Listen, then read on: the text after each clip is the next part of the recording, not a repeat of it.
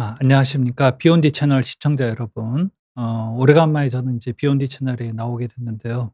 이제 우리 그 비욘디 채널의 홍해걸 대표님 같이 좋은 목소리는 아니지만 오늘 우리 시청자분들이 궁금해하신 내용을 나름 열심히 이제 풀어 드리도록 하겠습니다. 자, 오늘 이 시간 채널의 제목은 "시사 이슈 일형 당뇨도 장애 등록이 가능해진다?" 그래서 2026 년도에 새로 신설된 췌장 장애의 기준과 그 혜택에 대한 내용입니다. 인제 가끔 실시간 질문에 인제 제가 내분비 분야에서 인제 말씀드리다 보니까 갑상선이나 다른 질문이 혹시 들어올 수 있는데, 오늘 주제에 맞춘 그런 질문들만 제가 좀 답을 해 드린다는 거 미리 말씀드리겠습니다. 이 췌장 장애 진단이 되면 그 혜택을 먼저 간략하게 말씀드릴게요. 혜택은 우리가 인제 장애인이 받는 우리나라의 복지 혜택이 있습니다. 그냥 그걸 받는 겁니다.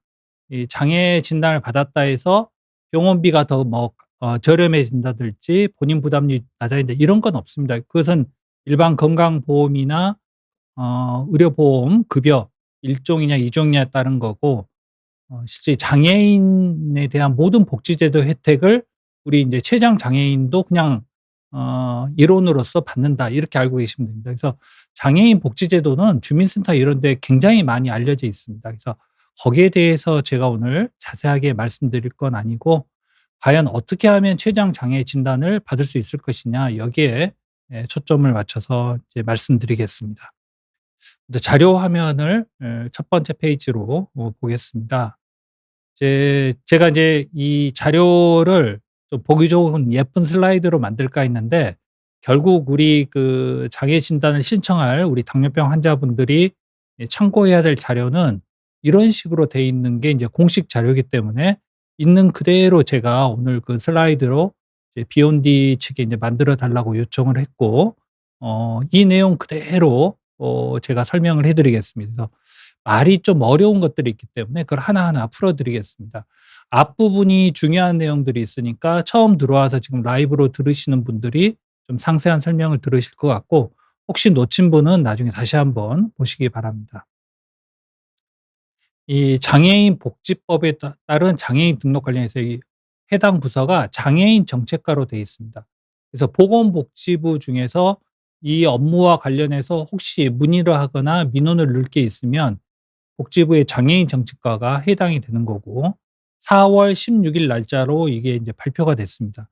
그러니까 바로 지난달에 공식 발표가 된 거죠. 그래서 굉장히 따끈따끈한 정보인데, 적용은 언제부터냐? 여기 두 번째 줄 보시면 7월 1 일부터입니다. 그래서 7월 1 일부터 장애 진단서가 인제 접수가 가능해지는 거죠. 그전에는 진단서 갖고 들고 와 봤자 인제 주민센터에서는 아예 모르고 있거나 접수가 안 될 겁니다. 이런 췌장 장애가 인제 신설된 게 어떤 의미가 있냐. 이게 15 개의 유형이 있어요. 보시면 지체, 뇌병변, 시각, 청각, 언어, 지적, 자폐성, 정신. 여기 보시면 신장 장애가 있죠. 신장 투석을 돌리거나 신장 이식을 받으면 신장 이식, 그 신장 장애인이 되죠. 그다음에 심장도 있고 호흡기도 있고 간도 있습니다. 근데 이런 것들이 호흡기 질환이 있다 해서 다 되는 건 아니고, 우리가 상식적으로 생각했을 때 장애가 있다 하면은 일상생활이 힘들어야 되는 거죠. 그 일상생활을 평범하게 영위하기가 힘들 정도의 그런 장애가 있을 때 진단이 되는 거니까 굉장히 심한 상태여야지 진단을 받는다는 겁니다. 거기에 비해서 우리 췌장 장애는 생각보다 겉으로 보기에는 특히 일상생활에 엄청난 장애가 있지는 않죠. 그럼에도 불구하고 췌장 장애 진단을 받았다는 것은 굉장히 우리 당뇨인 중에서 이 췌장 장애급의 이 혈당 조절에 어려움을 겪는 분한테는 사실 큰 혜택입니다. 그래서 이런 지금까지 16개 장애 유형에 인제 15 개에 인제 이게 추가가 돼서 16 개가 됐고, 이건 무려 23년 만에 장애 항목이 추가가 된 겁니다. 그 정부가 웬만해서는 굉장히 많은 "장애 인정해 주세요." 이런 민원이 들어와도 계속 인제 받아들이지 않다가 췌장 장애는 무려 23년 만에 지금 받아들여진 겁니다. 그래서 정부가 굉장히 큰 결단을 내렸는데, 그러면 정부가 알아서 해준 거냐? 사실 그건 아니고 많은 인제 그 노력들이 그동안에 있었습니다.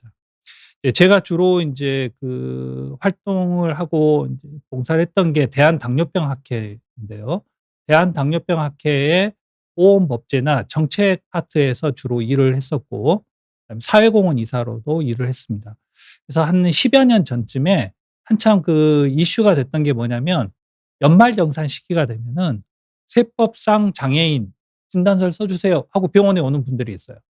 그러니까 장애인 등록은 안 돼 있지만 국세청에 낼 연말정산에는 장애인 이 본인이 장애인이거나 아니면 부양가족이 장애인이면 세금 혜택을 좀 더 보지 않습니까? 그래서 그 장애인이라는 세법, 국세청이 낼 장애인 진단서를 요구하는데, 그게 국세청에서는 의사의 자율에 맡겨져 있다.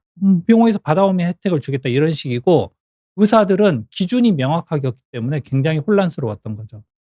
그리고 인제 의사들도 굉장히 이제 내 환자가 장애인이라는 생각에 대해서 굉장히 거부감이 심했습니다. 특히 인제 소아청소년 당뇨병을 보는 소아과 선생님들은 "아니 내 우리 당뇨 아이들이 왜 장애인이야." 막 이러면서 굉장히 거부감이 심했죠. 그래서 당뇨병 학회에서 사실은 세법상 장애인이 진단서 쓰는 것 때문에 회원들 문의가 막 빗발치니까 '이걸 학회에서 어떻게 입장을 정리해 줘야 되겠다.' 해서 거론하기 시작하고 내부 논의가 있었던 게 한 10여 년 이상 꽤 됐는데, 그때 설문조사를 해 봤더니 회원 중에서도 이걸 우리 당뇨병 환자를 장애로 인정하게 되면 무슨 사회적 낙인이 찍힌다, 또 취업에도 문제가 된다, 이렇게 해서 반대가 꽤 많았어요. 그리고 환자 환우회에도 물어봤더니 반반으로 갈려요. 장애인 혜택을 받는 것은 받고 싶지만 혹시 특히 아이들은 굉장히 좀 이 거부감이 있어서 그때 학회에서 이것은 이제 입장을 표명하지 않기로 한 게 10여 년 전의 일입니다. 근데 이걸 다시 인제 공식화하게 된 것은 2018 년도에 대한당뇨병 연합이라는 정책 단체입니다. 이런 민간 단체에서 국회에서 토론회를 여는데, 그 당시에 인제 서미 인권위원회 있죠, 우리나라에. 인권위원회의 인권위원이셨던 시각장애인이신 서미화 위원이 그때 인제 패널로 나오셔서 췌장 장애인도 췌장 장애가 있는 분들을 장애인 등록을 하는 거에 대한 제안을 하셨어요. 그래서 우리 일형 당뇨병 환자분들이 의료보험 혜택이든 뭐든 사실은 인슐린 값이나 약값이 얼마 됩니까? 사실 그 검사도 그렇게 자주 하지 않으면 병원비를 좀 이렇게 줄이는 정도 가지고는 혜택이 그렇게 크지 않죠, 일상생활에 겪는 불편함 이런 거에 비해서. 그래서 그나마 그 소모품이라고 있지 않습니까? 그 혈당 재는 침, 그다음에 그걸 재는 측정 시험지, 그다음에 인슐린 바늘, 이런 소모품 값을 정부가 인제 지원을 하고 있었는데, 이제 그걸 좀 넘어서는 요양비 그 지원을 넘어서는 좀 큰 혜택이 필요하지 않을까, 이제 이런 제안을 해 주셨고, 그때 인제 당뇨병 연합이나 소아당뇨인 협회 이런 데서 계속 국회 토론회를 하면서, 지금은 서미아 인제 의원님이 이제 민주당 국회의원 비례 1번 의원이시지 않습니까? 그래서 굉장히 드라이브를 많이 거셔서 사실 서미아 의원님이 굉장히 노고를 많이 해 주셨고, 네, 국민의힘 어 김혜지 의원인가요? 그분도 시각장애이시죠. 그분도 인제 굉장히 많은 도움을 주셨고, 이제 개혁신당의 인제 이주영 의원님. 예, 여야를 넘어서 우리 그 당뇨병 환자분들한테 이게 도움이 된다면 얼마든지 지원을 하겠다. 그래서 서미아 의원님 중심으로 이걸 굉장히 노력을 많이 하고, 당뇨병 연합이나 소아당뇨협회에서 많은 노력을 했고, 당뇨병 학회에서는 사실 장애로 인정받는 거에 의해서 의사들이 그렇게 썩 내키하지 않았어요. '우리 환자들이 진짜 좋아하는 거냐.' 이런 항상 걱정이 있어서, 그 당뇨병 학회에서는 이제 교수님들이 많지 않습니까? 예, 중증 질환, 당뇨병이 너무 가벼운 질환으로 취급받는 것에 대한 불만이 있으셨고, 실은 이제 그게 아닌 경우가 많지 않습니까? 그래서 당뇨병 환자들이 일부 굉장히 조절이 어려운 난치성 질환이고 중한 경우가 많이 있기 때문에 중증 당뇨병을 좀 분리해서 중증 당뇨병이라고 좀 인정받는 것을 네 노력하는 상황이었죠. 그래서 제가 인제 학회 임원도 하고 당뇨병 연합의 이사도 하고 소아당뇨협회 자문위원도 하는데, 민간단체, 환자단체와 학회의 입장을 이렇게 보니까, 학회가 중증 당뇨병을 개념을 만드는 과정이라면, 그러면 민간단체는 우리 환자한테 실질적인 혜택을 주려면 장애인 인정을 받는 곳에 좀 더 집중을 해야 되겠다. 이렇게 서로 역할이 나눠진 거죠. 그래서 거기에 대해서 학회도 어느 정도 동의를 한 게 장애로 인정을 받으면 그 장애로 인정받은 당뇨병 환자들은 일종의 중증을 상태라는 것을 인정받는 효과가 있기 때문에 의학적 기준하고 좀 다르지만 그래서 학회의 협조하에 인제 이 정책이 완성이 된 겁니다. 그래서 이게 뭐 하나 법제화하려면은 굉장히 어렵습니다. 그래서 실질적으로 그게 뭐 로비를 한다고 되는 것도 아니고 진정성을 가지고 계속 인제 반복해서 우리 또 공무원들이 워낙 자주 바뀌지 않습니까? 계속 반복해서 인제 설명을 드려야 되지 이게 한두 번 이렇게 잠깐 뭐 언론 홍보한다고 되는 문제는 아니죠. 그래서 또 그러게 반복적인 설명을 귀찮아하지 않고 열심히 들어 주신 우리 보건복지부 선생님들께 참 이제 저는 개인적으로 감사드리고 싶습니다. 서론이 길었는데요. 이제 구체적인 얘기를 다시 또 진행해 보겠습니다. 아 앞 예. 그래서 이렇게 인제 이게 그 췌장 장애 등록 과정이 이렇게 쉽지는 않았다. 많은 시간이 걸렸다는 걸 말씀드리고 싶은 거고 그래서 이왕 이렇게 됐으면 사실 이게 인제 불만이 있고 '나는 이런 게 싫다.' 그러면은 등록을 안 하시면 돼요. 그래서 이건 이제 선택 우리 그 당뇨병 환자분들이 선택하는 문제이지 뭐 의무 사항이 아니니까 다만 이런 조건을 알고 이게 혜택을 보면 좋겠다. 요즘 우리나라의 인제 소위 민도가 높아져서 아직 인슐린을 아무 데서나 카페 같은 데서 편하게 맞는 서구 유럽과 같은 환경은 아직은 못 되고 있지만 그래도 인제 장애에 대한 인식 또 장애인에 대한 배려 이런 국민 수준이 좀 올라갔기 때문에 그리고 진짜 저는 이게 사실 제 가족 그 친척 중에도 1형 당뇨병 아이가 있습니다. 그래서 이제 이게 어떤 그 아이한테 도움이 될까 했을 때 저는 대학 입시에 도움이 돼요. 장애인 전형이 또 있거든요. 물론 인제 성적으로 가는 방법도 있지만 성적도 어느 정도 돼야 되겠지만은 또 취업에는 특히 대기업일수록 장애인 의무 고용 비율이 있습니다. 그러면 세금 혜택이나 이런 게 있어요. 그래서 우리 당뇨병 환자들은 사실 자기 당 관리만 어느 정도 잘하면은 일상생활에 아무 문제가 없지 않습니까? 어떠한 업무 능력을 다 수행할 능력이 있으세요. 그래서 애도 다 낳고 그래서 제 그 환자분 중에서도 어린애 때부터 뭐 초등학교부터 지금 시집 가서 애 막 둘씩 낳고 또 이렇게 대기업에 취업해서 잘 직장 생활 승진도 하시고 이런 분들이 있어요. 이제 그분들이 오히려 회사에서 인제 반기는 거죠. 업무 능력은 이미 인정이 됐고 거기다가 인제 장애인이라는 게 되면은 장애인 의무 고용 비율도 충족해서 회사에 득이 되는 이중으로 득이 되는 그런 인재가 된다. 그래서 취업이나 이 학업 그 대학 입시에 도움이 되는 거다. 그래서 이런 걸 어떤 식으로 활용할 기회가 있을 겁니다. 그래서 어떤 절차가 필요하냐? 먼저 우리 환자분이 직접 좀 움직이셔야 돼요. 이거 특히 처음 진단될 때는 신청을 할 때는. 그래서 의료기관에다가 장애 진단을 요청을 하시고 그러면 의료기관에서 그 장애 진단을 받으면 신청인이 이제 지자체 그러니까 쉽게 말하면 주민센터 동네 주민센터에다 접수를 하시면 돼요. 그러면 최종 결정을 어디서 하는 줄 아세요? 국민연금공단입니다. 여기가 결정권을 가지고 있어요. 그래서 만약 이게 마음 먹은 대로 잘 결과가 안 나오면 아니 병원 가서 항의를 하는 게 의미가 없어요. 또 이게 지자체 주민센터 접수를 받은 주민센터 가서 막 민원을 제기해도 이게 의미가 없어요. 국민연금공단이 결국 결정한 것을 통보를 주민센터는 해 주는 것일 뿐이지 주민센터는 중간에 연결 통로 역할만 하는 거지 거기서 결정을 하는 게 아닙니다. 그래서 혹시 이걸 한 다음에 나중에 결과가 내 의도대로 안 됐다 하더라도 주민센터 가서 민원을 제기한다든지 병원 가서 항의하고 이러지 마세요. 그러면 그게 인제 진상이 되는 겁니다. 그래서 진짜는 국민연금공단이다. 그래서 국민연금공단에서 이 불인정 판정이 나오지 않으려면 어떻게 해야 되냐. 그게 인제 오늘 드려야 될 이야기의 인제 핵심이 됩니다. 이 신청 방법은 뭐 이렇게 직접 하는 게 제일 편합니다. 온라인은 젊은 친구들 이거 아주 좀 잘할 수 있죠. 이게 보니까 복지로라는 있고 정보24가 있는데 저도 이거 서류 뗀 거 하는 게 좀 이렇게 어색해요. 뭐 본인 인증도 막 여러 번 해야 되고 가장 인제 몸으로 한번 시간을 내시는 게 가장 편하긴 합니다. 자 무슨 서류냐? 장애 정도 심사형 진단서, 검사 결과지, 진료 기록지.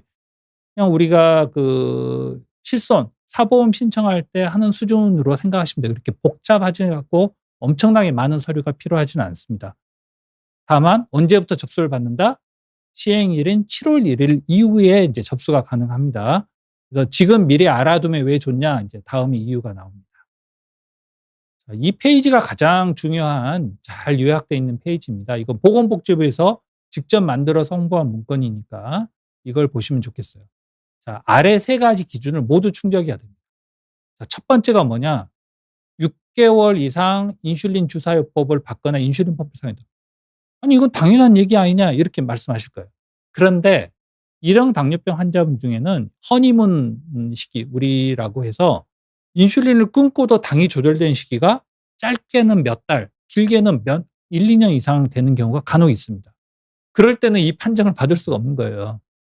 인슐린 없이도 당이 조절되니까. 근데 이런 경우는 아주 예외적이고 계속 인슐린을 안 쓰는 또 이제 살아가는 것은 그건 일형 당뇨병 아닙니다. 결국은 일형 당뇨병이나 췌장 장애 정도 수준의 인슐린 분비능력을 가진 분은 평생 동안 인슐린 공급을 해야지 생존이 가능해요. 혈당 조절 잘하고 못하고를 떠나서 일단 살 수가 있어요. 그래서 인슐린을 여러 번 맞는 방법을 쓰는 것은 당연한 겁니다. 어떤 분은 먹는 약을 쓰는데도 당이 잘 조절된다. 근데 왜 나는 안 되냐? 그건 췌장 기능이 살아있을 때 얘기입니다. 췌장 기능이 어느 정도 있을 때 먹는 약이 듣는 거기 때문에 그분은 우기시면 안 돼요. 그래서 췌장 기능이 없으면 인슐린 외에는 효과가 전혀 없어야지 그게 인제 의학적인 팩트입니다, 팩트. 그래서 인슐린 다회 주사를 쓰지 않고도 조절된다. 그것은 나는 해당이 안 된다. 이렇게 생각하시면 됩니다. 자. 기존에 우리 그 일형 당뇨 환자분들은 대부분 소모품 처방전이라 해 가지고 받는데 그 일형이 아니어도 물론 받긴 하죠. 이 그 췌장 장애 진단 기준과 이 소모품 진단 기준하고 굉장히 유사합니다. 거의 같은데 다른 게 딱 하나가 있어요. 혈중 포도당 농도가 140 이상이면서 이 문구가 들어가 있는 겁니다. 그러니까 좀 더 엄격한 거예요.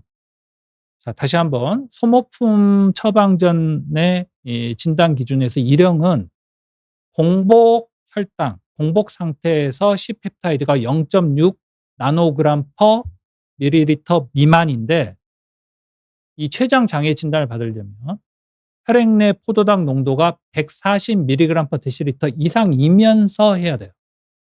그러니까 공복보다는 식사 후에 검사를 하라고 권유하고 있습니다. 공복 혈당이 너무 낮으면 C펩타이드 낮아도 인정을 못 받는 거예요. 이게 아주 결정적인 차이입니다. 의사들도 헷갈릴 수 있어요. 그래서 우리 환자분이 이런 기준을 알고 있어야지 엉뚱한 피를 뽑으면 안 돼요. 공복 상태에서 피를 뽑으면은 그래서 혈당이 만약 140 밑으로 나와 버리면 그 검사는 인정 자체가 안 됩니다. 이걸 굉장히 중요한 포인트가 혈중 포도당 농도가 140 이상. 나는 혈당 조절이 안 돼서 공복이어도 140 이상이 나온다. 그런 분은 상관이 없죠. 공복이든 아니든. 하지만 나는 공복에는 100 근처로 조절이 잘 된다. 그러면 식사를 하고 가셔야 돼요. 그리고 그런 날은 식후 인슐린 맞으면 안 돼.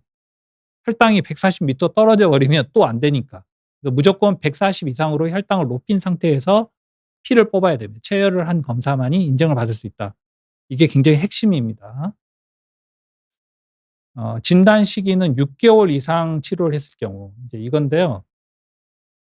이게 6개월, 3개월 이 두 가지 숫자가 계속 반복해서 나옵니다. 좀 헷갈릴 수 있는데 6개월 동안에 적어도 이상 진료 기록을 가지고 가야 돼요. 그래서 6개월 내내 병원에서 치료를 성실하게 받은 기록이 있어야 돼요. 한 3개월 받다가 갑자기 그 처방 기록이 한 몇 달 빠졌다가 또 3개월. 일형 당뇨는 원칙적으로 이러면 죽습니다. 내가 출장을 갔다 어디 갔다 하더라도 무조건 인슐린 챙겨 가야지 생존할 수 있는 게 일형 당뇨고 췌장 장애 환자거든요. 그러니까 인슐린 처방이 중간에 없다. 그것은 애초에 성립이 안 됩니다. '아 췌장 장애 환자는 아니구나.'라고 생각할 수밖에 없죠. 그래서 연달아 6개월 이상 인슐린 처방을 받은 기록이 있어야 돼요. 그건 인제 의무 기록에 인제 처방전으로 인제 가름할 수가 있고 단 예외는 뭐냐면 췌장을 완전히 떼어내신 분. 뭐 이게 암이 됐든 뭐가 됐든 그다음에 췌장 이식을 받은 분들 이제 이런 분들은 인슐린 치료에 상관없이 췌장을 떼어낸 것 자체만으로 췌장 장애가 인정받기 때문에 굳이 6개월이라는 기간을 채울 필요가 없습니다. 그리고 주로 인제 소아과 환자들한테서 일형 당뇨병 진단받을 때 자가항체 검사를 하게 됩니다. 여러 가지가 있는데요. 그중에 두 가지 이상, 두 가지 정도 이상이면은 바로 인정을 받죠. 어. 하지만 이제 옛날에는 1 급부터 6 급부터 있었어요. 6 급까지 있지 않습니까? 등급이. 사실 그 중증 등급을 받는 게 여러 혜택이 많긴 해요. 그래서 일부러 중증을 만들 수는 없지만은, 그래서 그 중증 장애가 인정이 되면은 혜택 폭이 확 늘어나는데, 중증 장애냐 경증 장애냐를 보려면 결국은 다시 맨 위에 있는 혈액 검사를 해야 돼요. 이걸 충족해야만이 중증을 시도할 수가 있다. 그렇지 않고 췌장 이식만 받은 걸로 진단서를 내면 진단은 인정받는데 경증으로 아마 진단을 될 거예요. 자, 그리고 이제 또 까다로운 게 하나가 재판정을 받습니다. 한 번 딱 진단서를 내면 끝나는 게 아니에요. 2 년마다 3 번은 계속 재판정 시도를 해야 됩니다. 그래서 2 년마다 검사를 반복해서, 그러면 총 몇 년이죠? 8 년. 8년 뒤에 영구적인 췌장 진단을, 이제 췌장 장애 진단을 받게 되는 거죠. 인정을 받는데, 그 이유는 간혹 가다가 혈당이 엄청 높을 때 우리 당뇨병 환자분들 C펩타이드 검사해 보면 형편없이 낮습니다. 그래서 처음부터 인슐린 쓰는 경우가 있거든요. 이런 분들 중에 혈당 조절이 잘 되면 인슐린을 끊고 먹느냐고 돌리는 분이 있어요. 이런 분들은 1형 당뇨도 아니고 췌장 장애 단계도 아닙니다. 그래서 처음에 C펩타이드가 낮더라도 나중에 회복되는 경우가 있기 때문에, 수치가 올라가는 경우가 있기 때문에 정부에서도 이걸 알고 계속 반복해서 진단을 받아서 적어도 한 8 년은 이제 시간이 걸린 거죠. 초기 진단 후에 재판정 3 회니까 2년 뒤에 재판정 1 번, 또 2년 뒤에 재판정 2 번, 또 2년 뒤에 재판 3 번. 그래서 6 년에서 8 년의 시간이 지나야지 이제 그 이후로는 이제 재판정 시도를 할 필요가 없고, 단 여기서 또 예외가 있죠. 췌장을 완전히 떼어낸 췌장 장애 환자분들, 췌장 자체가 없으니까 이건 재판정이 말고 없죠. 이런 경우에는 재판정을 받지 않습니다. C펩타이드 검사 방법은 진단일 6 개월 내에 3 개월 이상 간격을 두고, 이거 잘 보셔야 돼요. 자, 인제 제가 오늘 진단 검사를 받았어요, 인제 췌장 장애 신청을 위해서. 그러면 3 개월이 지나서 한 번 더 검사를 해야 한다는 얘기입니다. 그런데 3 개월 좀 못 됐어요. 2 개월 29일 만에 피를 뽑았어요. 안 돼요. 어. 그 공무원이 무조건 이것은 빼도 박도 못합니다. 이거 법령으로 지정돼 있는 거니까 3 개월은 무조건 지나야 되고, 근다해서 뭐 한참 잊고 있다가 깜빡 잊고 6 개월 지나서 검사를 하잖아요. 다시 또 처음부터 해요. 어. 그래서 제 생각에는 한 번 검사를 하잖아요. 그냥 4 개월 뒤로 기억하시면 좋겠어요. 한 넉 달 정도 있다가 두 번째 검사를 한다, 이렇게 기억하시는 게 가장 머리 아프지도 않고 복잡하지도 않습니다. 그래서 최소한 3 개월을 넘어서 한 번 더 체열하되 6 개월을 또 넘어서는 안 됩니다. 그래서 3 개월에서 6 개월 그 사이 시간대 두 번째 체열 검사를 해야지 되고, 그 두 번의 검사를 한 걸 제출을 해야 됩니다. 그리고 재판정 같은 경우에는 진단서가 발급하는 3 개월 내에 한 번 하는 검사예요. 그러니까 검사하고 결과 볼 때 바로 진단서 받아가는 게 서로 잊지 않고 좋겠죠. 진단 의사. 이게 지금 상당히 제한적입니다. 장애 진단 직전 3 개월 지속적으로 진료한 의사 중에서 내과와 소아청소년과인데 가로 열고 뭐가 들어있죠? 내분비 대사분과라고 돼 있어요. 소아과나 이제 내과, 이제 소아과는 제가 잘 모르겠는데 제가 내과 의사니까, 내과는 9 개의 분과가 있습니다. 심장, 호흡기, 뭐 콩팥, 그다음에 간, 인제 소화기 뭐 등등 여러 가지가 있는데, 그 9개 분과 중에 내분비 대사 분과라는 게 있어요. 이 내분비 대사 분과는 내과 전문의를 따고 추가 수련을 전임이라 그럽니다. 전임이 펠로우라고도 인제 하는데요. 그 과정을 적어도 1년 이상 수련을 받고 1년 이상 그 분야에 종사를 해야만이 전문의 분과 시험 응시 자격이 주어지고, 그걸 패스한 분이 내분비 분과 전문의 자격증이 주어지는 거예요. 그런 분들만 이 진단서를 쓸 수 있게 해 놨어요. 자, 이게 그러면 어떤 문제가 있냐면, 이분들이 대부분의 큰 병원에 계세요. 대형 병원에. 그리고 지방의 작은 도시에는 안 계시는 분들이 꽤 있어요. 그래서 이게 인제 좀 약간 민원이 제기돼서 특히 인제 지방에 인제 서미아 의원님이 인제 뭐 지방 출신이시기도 하고 이 자꾸 인제 지방이 소외되는 거에 대해서 접근성, 병원 접근성이 불편한 것 때문에 이걸 내년부터 내과 전문의로 이렇게 넓히는 것을 지금 내부적으로 검토하고 있답니다. 근데 이것은 이런 문구 하나 고치는 게 다 법을 개정하는 거거든요, 시행령을. 그러니까 그게 시간이 걸린다 그래요. 어쨌든 7월 1 일부터 이 진단서를 발급할 자격이 있는 분은 내분비 분과 전문의만 가능하다. 근데 왜 인제 6개월 동안 치료를 해야 되는데 3개월만 해도 되냐? 그전에 3개월은 일반 의원 뭐 내과나 가정의학과나 일반 의원에서 당뇨병 치료 및 이 장애 진단 관련 검사를 한 것도 다 인정을 한다는 얘기예요. 하지만 그 진단서 발급 직전 3개월은 무조건 내분비 분과 전문의 진료를 받아야 된다. 이게 인제 단서 조항이고 이게 내년에 풀릴지 어쩔지는 모르지만 일단 그렇게 알고 계십시오. 구비 서류는 아까 말씀드렸죠. 그냥 진단서, 그다음에 검사 결과지, 진료 기록지. 우리 그 실손 청구하듯이 하는 이제 그런 방식으로 서류 종류는 그렇게 많지는 않습니다. 자, 이 페이지가 굉장히 중요하고 이 다음부터 인제 말씀드릴 내용은 이게 좀 다시 반복된다 하는 거죠. 그래서 이건 좀 빨리 지나가고 세 번째 페이지부터는 질문이 좀 많이 들어오고 있기 때문에 제가 인제 질문에 답을 드리는 걸로 하겠습니다. 자, 진단 요건, 심한 장애를 중심으로 설명을 했다고 했어요. 어 그 6 개월 이상 적극적인 인슐린 치료. 자, 그럼 적극적인 인슐린 치료는 뭘 의미하냐면 일단 인슐린 펌프를 달고 있거나 다회 인슐린 요법. 다회 인슐린 요법의 원칙은 여기 이제 그러지 않은 관련 질의가 나와서 여기 아예 적어 놨는데 기초 인슐린이라고 있어요. 자, 가장 대표적인 게 뭐죠? 레버미어, 란투스, 투제오, 트레시바. 많이 들어보셨고 아실 거예요.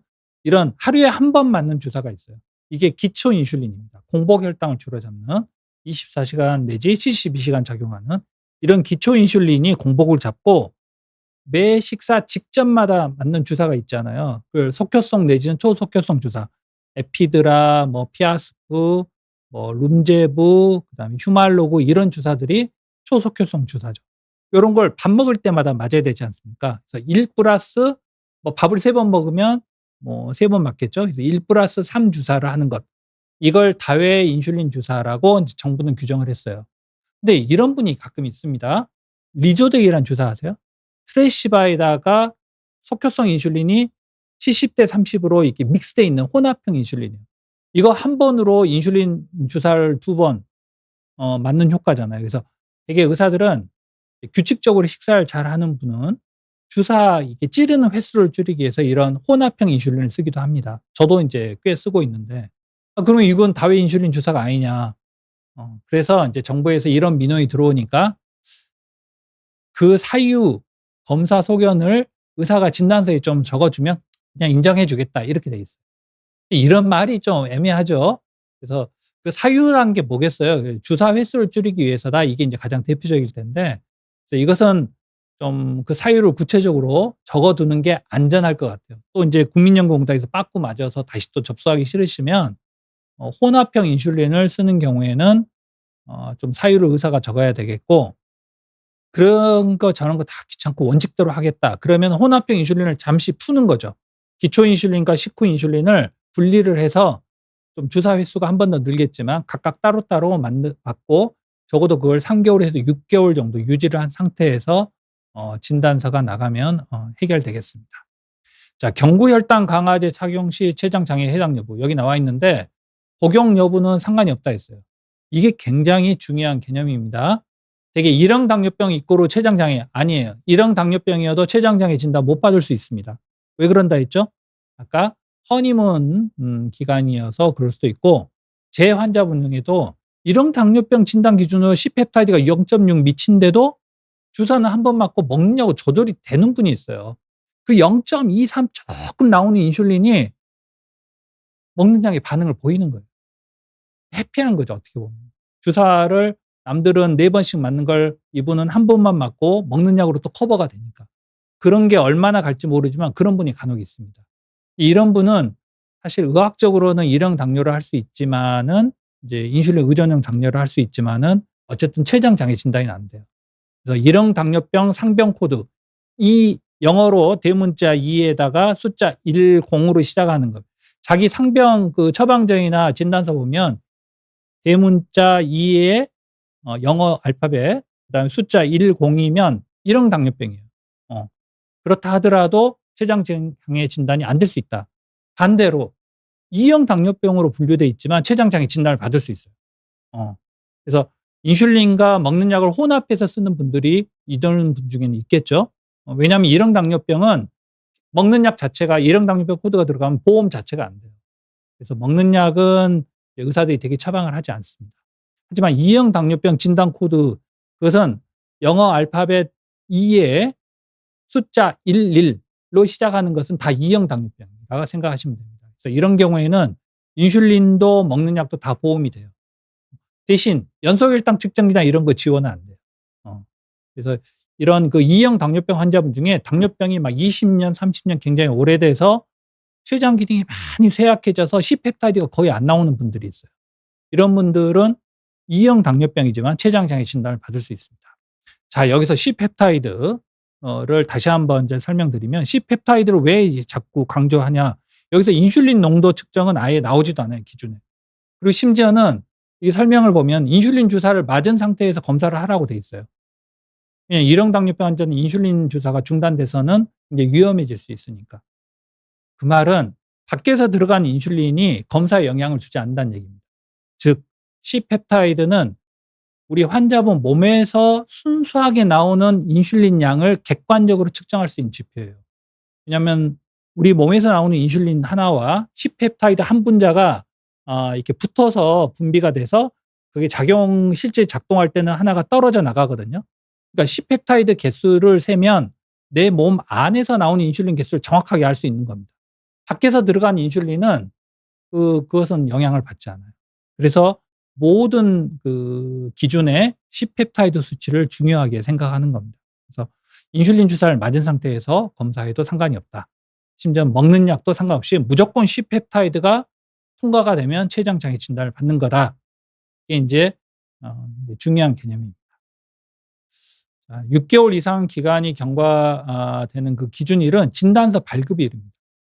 그렇게 알고 계시면 되겠습니다. 이제 자가항체는 뭐 소아과 아이들한테 주로 많이 하는 거긴 하지만, 예, 이럴 경우에는 경증으로만 진단이 되거든요. 그래서 C펩타이드 기준은, 그러니까 중증으로 이왕 장애 진단 받을 거 중증으로 받고 싶다 그러면 무조건 C펩타이드 검사를 해서 확인을 하셔야 됩니다. 그런 췌장을 떼어내는 수술을 받았다든지 자가항체 2개 이상이 나와서 바로 쉽게 진단을 받을 수는 있지만 대신 이제 경증으로만 된다. 그래서 이런 분들이 한 번 진단을 받았다더라도 나는 중증으로 좀 올리고 싶다. 그러면 다시 C펩타이드 검사를 하시면 돼요. 그래서 C펩타이드에 대해서 자세하게 지금 또 반복돼 있는데, 예. 자, 여기서 이런 경우가 있을까 싶지만 실제로 있습니다. 여기 보세요. 용어가 140mg 이상이 이상. 이상이란 거 아세요? 이상 이하? 그건 그 숫자를 포함하는 거예요. 그래서 140이 딱 나오면 돼요. 140이 나와도 인정을 받습니다. 그런데 C펩타이드 농도를 보세요. 0.6 나노그램 퍼 밀리리터 미만이라고 있어요. 미만이나 초과는 그 숫자를 포함하지 않아요. 그러니까 0.6이 나오면 이거 안 되는 겁니다. 0.59가 나와야 돼요. 0.59. 이건 사실 의사들이 이제 하셔야 되는데 저도 헷갈려 가지고 문구를 볼 때가 있어요. 이상, 이하, 미만, 초과. 이건 틀립니다. 이상과 이하는 그 숫자를 포함하는 개념이고 미만과 초과는 그 숫자가 포함되지 않고 그보다 0.01이라도 낮아야 되거나 0.0이라도 높아야 돼요. 그래서 포도당 농도 140부터 가능하다는 얘기고 C펩타이드 농도는 0.6 미만으로 나와야 된다. 뭐 이게 듣는 분 중에 의사 선생님 안 계시겠지만 우리 환자분들이 일형 당뇨 내일이니까 알고 계시면 좋겠습니다. 여기 나오죠. 검사 조건. 비공복 상태. 공복이어도 사실 상관없어요. 140만 넘으면. 인슐린 투여를 중단하지 않고. 그냥 혈당이 높은 상태에도 인슐린이 안 나오는 게 그게 장애의 기준이거든요. 아니 혈당이 높으면 인슐린이 많이 나와서 혈당을 잡는 사람은 그게 우리 일반 사람들이에요. 단 걸 먹어서 혈당이 올라간다. 이걸 못 올라가게 잡는 게 인슐린이니까. 그 인슐린이 나오면은 그건 장애가 있는 게 아니죠. 혈당이 올라가는데도 인슐린이 못 나오는 상태가 장애니까 먹는 상태에서 심지어 인슐린 주사까지 맞은 상태에서 검사를 해도 된다 하는 얘기입니다. 꼭 이래야 된다는 건 아니고 아까 140이라는 숫자가 이제 중요합니다. 자, 이제 그런 주의 사항이 이제 여기 있는데 자, 이 내용들은 쉽게 찾아볼 수 있는 데가 보건복지부도 검색해 봤더니 막 찾아 들어가야 돼요. 그다음에 아쉽게도 아직 당뇨병 학회에도 이게 올라와 있지는 않더라고요. 일반인 홈페이지에는. 한국 소아당뇨인 협회 홈페이지하고 대한당뇨병연합 홈페이지 들어가 보면 밑에 공지사항 중에 보건복지부 알림이 요 문장 그 문건이 그대로 올라가 있어요. 클릭해 가지고 그냥 열어 보시거나 다운 받아서 복사해서 보시면 될 것 같아요. 검사 조건은 계속 인제 나오고 있고 검사 시기 아까 제가 말씀드린 내용이니까 이렇게 넘어가고 자 3 개월 이상 간격 제가 강조 드렸죠. 그래서 차라리 넉 달 뒤에 검사를 하는 게 편하실 것 같다라는 게 인제 이 얘기입니다. 아 우리 보건복지부 공무원분들 꼼꼼하시죠. 이런 것까지 다 예시를 들어 놨어요. 이렇게 어떨 경우에 인제 등록이 불가된다. 이게 시간 뺏기는 게 크잖아요. 이 검사 자체는 비싼 검사 아닙니다. C 펩타이드나 혈당만 재면 되니까 이 검사는 아주 비싼 검사 아니에요. 환자분 부담이 이제 보험 적용이 되기 때문에 몇천 원 안 합니다. 근데 어쨌든 시간을 뺏기니까 이왕이면 한 번에 이제 장애 진단을 받으면 좋겠죠. 아까 말씀드린 내용 의사 진단사 진료 과목이 나와 있고 이것은 따로 이렇게 그 진단이 가능한 병원 목록이 있어요. 대한내분비학회 회원이 한 1,500 명이면 그중에 한 60%가 내분비내과 의사입니다. 근데 그중에 면허를 계속 유지하고 있는 분이 좀 안 되는데 왜냐하면 분과 전문의라 해서 특별히 뭐 수가가 더 유리하거나 이런 게 없거든요. 그래서 그냥 또 연세 드신 분들 또 옛날에 인제 면허를 따신 분들은 갱신을 하지 않고 그냥 내과 전문의만 유지하는 분들이 있기 때문에 모든 데가 다 안 되고 심지어는 그냥 사전에 아마 웬만한 대학병원 다 될 건데 1 차 의원이나 2 차 병원은 이게 진단서 발급이 가능한지를 물어보고 전화를 해 보고 옮겨가시는 게 좋을 것 같아요. 진단 전 6 개월간의 치료 기록이 필요하다 이렇게 돼 있고 이런 내분비 의사가 아닌 데서 진료한 걸 3 개월치 진료 검사 결과지도 인정을 하기 때문에 이 진단을 받기 위해서 내분비내과 의사가 있는 병원으로 옮긴다 하더라도 거기서 3 개월만 연달아 진료를 받으면 됩니다. 자 근데 문제는 아까 재판정이 있잖아요. 한 번 옮기면 한 6 년에서 8 년은 계속 다니는 게 편할 수도 있어요. 알다시피 대학병원 내분비내과 예약이 쉽지는 않습니다. 그 예약 한번 어긋나면 또 날짜 잡기 힘들고 또 교수님들 또 연수도 가시고 좀 바뀔 수도 있기 때문에 사실 1-2 차 병원 다니는 것보다는 좀 불편하시긴 할 거예요. 그래서 그때만 잠깐 옮기는 것도 방법이긴 한데 뭐 어떻게 말씀드려야 할지 모르겠습니다. 음. 자 구비 서류 아까 다 말씀드린 내용이죠. 그래서 이건 인제 질문 시간으로 넘어가면서 제가 좀 여기에 인제 잘 그림으로 요약돼 있죠. 그래서 이 6 개월 안에 이 2 번의 검사를 하면 되는데 3 개월 이상 간격이어야 되니까 아슬아슬하게 맞추지 말고 좀 여유 있게 하자는 얘기입니다. 재판정은 이제 2 년마다 되는데 그 이후로는 인제 영구적으로 인정을 하겠다는 거고 여기 췌장 전절제술과 췌장 이식한 경우에는 재판정이 인제 필요하지 않은데 심한 장애를 받고 싶으면 재판정을 받아야 된다는 얘기예요. 그다음에 인제 관련 질의응답이 인제 반복되고 있습니다. 이렇게. 아까 제가 다 말씀드린 내용이 반복되니까 여기 이제 고3 학생인데 "대입 장애인 전형 응시하고 싶다." 이런 말이 있더라고요. 신청하는 경우 12 월까지 행정복지센터에서 대입 관련 취업 관련 우선 심사 대청. 이게 한번 들어가면 심사하는데 시간이 꽤 걸리거든요. 보통 3 개월 얘기합니다. 근데 여기서 "15일 내에 최대한 단축해서 할 수 있도록 하겠다." 단 이런 그 관련된 서류를 제출을 해야 된다. 이렇게 되어 있습니다. 이런 거 참고하시면 이제 대학 입시를 앞두고 있거나 취업을 앞두고 있는 분은 꼭 참고하시기 바랍니다. 이제 개정안 요게 좀 딱딱한 이제 법규예요. 이걸 앞에서 쭉 보여 드린 슬라이드에서는 그걸 좀 풀어서 얘기한 거고 이게 정식 고시 아닙니다. 이렇게 두 장으로 돼 있습니다. 인제 친절하게 그림으로도 이렇게 돼 있는데 참고해 보시고요. 장애인 등록증 발급은 되면은 여러 혜택이 있다. 이것은 췌장 장애라 해서 특별히 뭐 종류가 틀린 건 아니다. 일반적인 장애인 등록법에 있는 장애인 혜택들을 나 인제 췌장 장애인들도 받는다는 얘기니까 별도로 알아보시면 되겠습니다. 여기에 대해서는 자세하게 말씀 안 드리겠고 나중에 혹시 사회복지사분들이 여기 인제 나오시게 되면 설명할 기회가 있으면 좋을 것 같습니다. 대개는 인제 전 딱 떠오르는 게 어디 가면 주차장 그 할인 죠. 근데 주차 공간은 장애인 전용 주차 공간은 그건 지체 장애인 중증만 해당이 돼요. 그건 별도로 또 표지판이 따로 있어요. 그래서 그건 인제 그 공간을 이용하는 게 아니라 할인을 받는다는 거죠.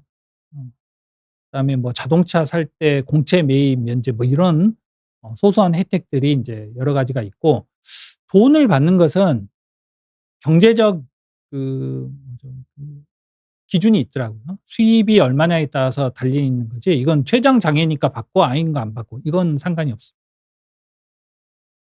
오늘 이 정도로 말씀드리고 이제 질문을 하나씩 받도록 하겠습니다. 일형 당뇨가 30년 정도 됐고 15년 전 망막 수술했고 아유 고생하셨네. 10년 전부터 투석을 했고 신장 이식한 지 1 년이 됐다.